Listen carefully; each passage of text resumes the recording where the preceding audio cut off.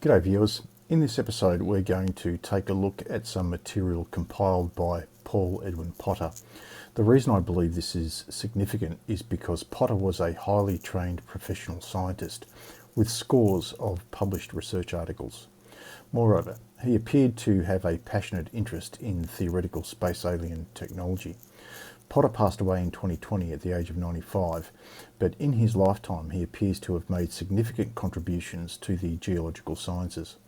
Although he wasn't a professional physicist, he was a professional scientist, and he applied his training to UFO propulsion systems, most notably to Bob Lazar's sports model. This is important because Potter provides geometric design information which matches our own derivations quite precisely.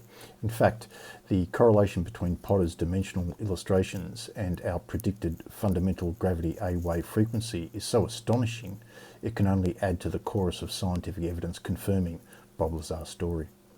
I do not know where Potter got his information from, but it appears to have been published in 2008.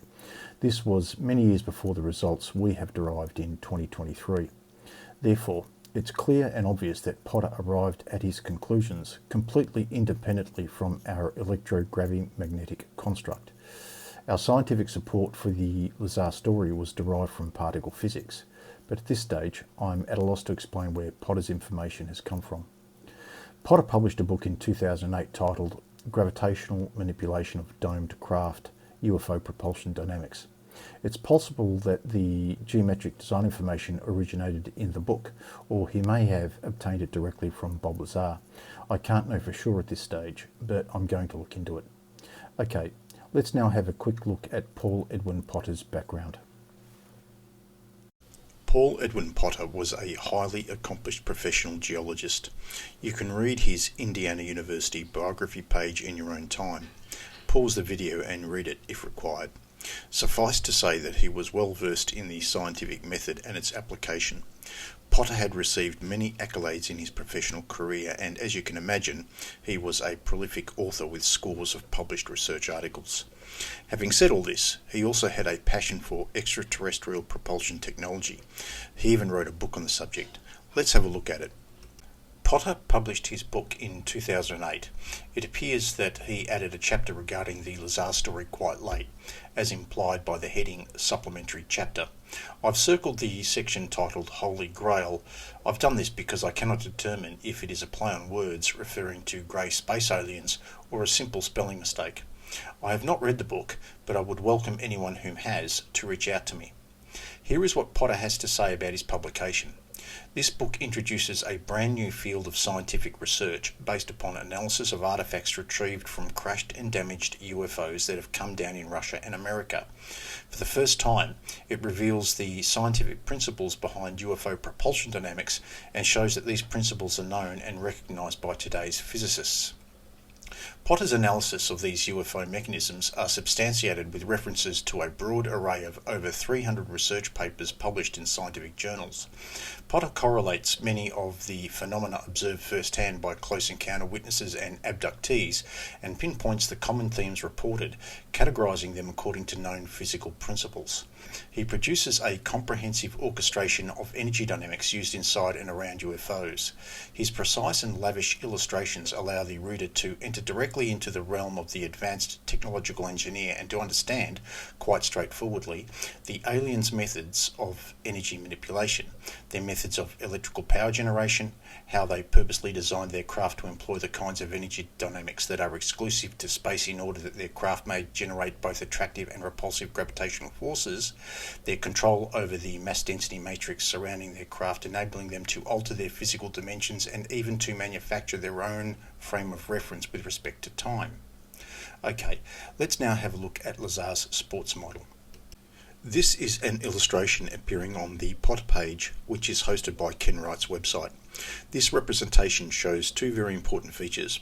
One of them is that the gravity amplifiers operate at millimetre wavelengths, which is no surprise to us because we have covered this extensively in our Bob Lazar playlist.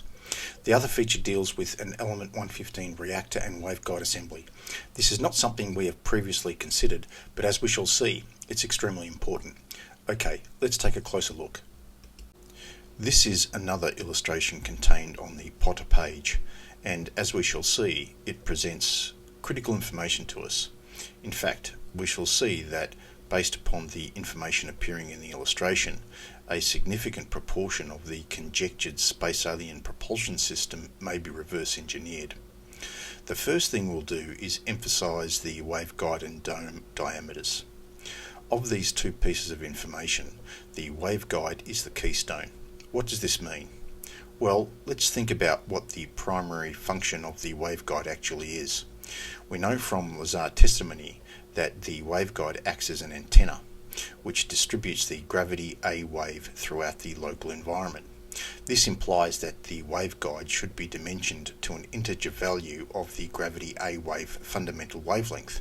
In other words, the diameter of the waveguide might be equal to the gravity A wave fundamental wavelength, or some integer multiple of it. We'll circle back to this momentarily, but for now we'll shift our attention to the Element-115 reactor dome. It's obvious that energy radiating via the dome isn't the optimal design. It isn't maximally efficient.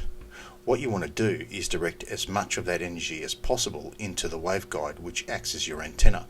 So, how do the Martians get around this problem? Well, the answer to this is very simple. You make the radius of the dome an integer multiple of a quarter wavelength. Let me explain. If you have been an attentive and loyal viewer of this channel, you'll realise that we have estimated the gravity A wave fundamental wavelength as being approximately 26.2 millimeters. Moreover, if you're observant right now, you'll notice that this wavelength fits inside the waveguide almost exactly 3 times. This is an extremely important realisation. Thus, if we assume an exact solution of 3 gravity A wave fundamental wavelengths fit inside the diameter of the waveguide, the propulsion system can be completely reverse engineered, as appears on the right hand side of the frame.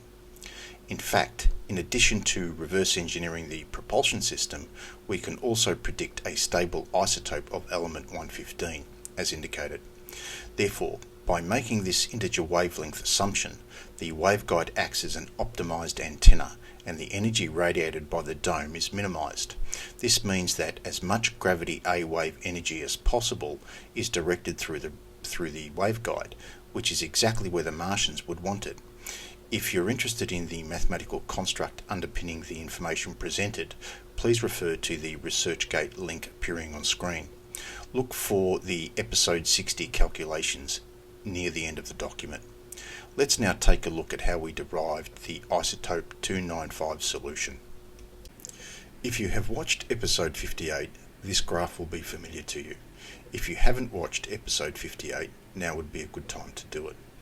Moscovium-272 denotes the isotope of element 115, which matches the primary fuel wedge mass of 223 grams stated by Bob Lazar. Moscovium-290 denotes the heaviest isotope to have been experimentally confirmed as of the 24th of August 2023. However, this isotope is unstable. Moscovium-296 denotes a predicted stable isotope resting on the beach of the island of stability, indicated by the purple circle. Moscovium-301 also denotes a predicted stable isotope resting on the beach of the island of stability. We've also included a polynomial of best fit appearing as the solid red line in the illustration. This is something we had to eyeball because we don't have the actual data points for a mathematical equation, but as you can see quite intuitively, our prediction of 181 neutrons hits the target perfectly. This is very encouraging. Moscovium-317 denotes the solution we have obtained utilising the waveguide information contained on the Potter illustration appearing on the previous slide. Clearly, isotope 317 is unlikely to be stable because it is a long way from the island of stability. Thus, we have 5 potential element 115 isotope solutions connected to Lazar's sports model. So, what do we do now? We'll begin by visually preserving the island of stability. Next, we'll average things out. When we do this, we identify that an averaged solution yields Moscovium-295 as being a potentially stable isotope. When we plot Moscovium-295 and include a polynomial of best fit, appearing as the solid red line in the illustration as before, our prediction hits the target perfectly. Once again, this is very encouraging. Let's now summarise what we've learned. This table displays the gravity A wave fundamental frequency and wavelength, the fuel disk thickness, cylinder height, cylinder diameter, number of fuel disks, mass density and primary fuel wedge mass for various Element-115 isotopes. What is important to understand about this table is that we have standardised on the primary wedge volume indicated. This ensures a fair comparison across potential solutions.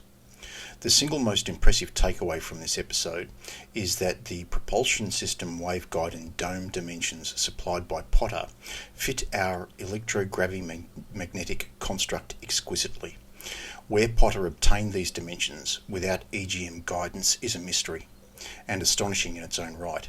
The fact that a completely independent, highly trained scientific source has dimensioned critical elements of a space alien propulsion system in precise agreement with our base solution is once again astonishing. Please don't forget that our base solution, that is the EGM construct, is derived from particle physics. In other words, the Potter solution validates the EGM construct and vice versa.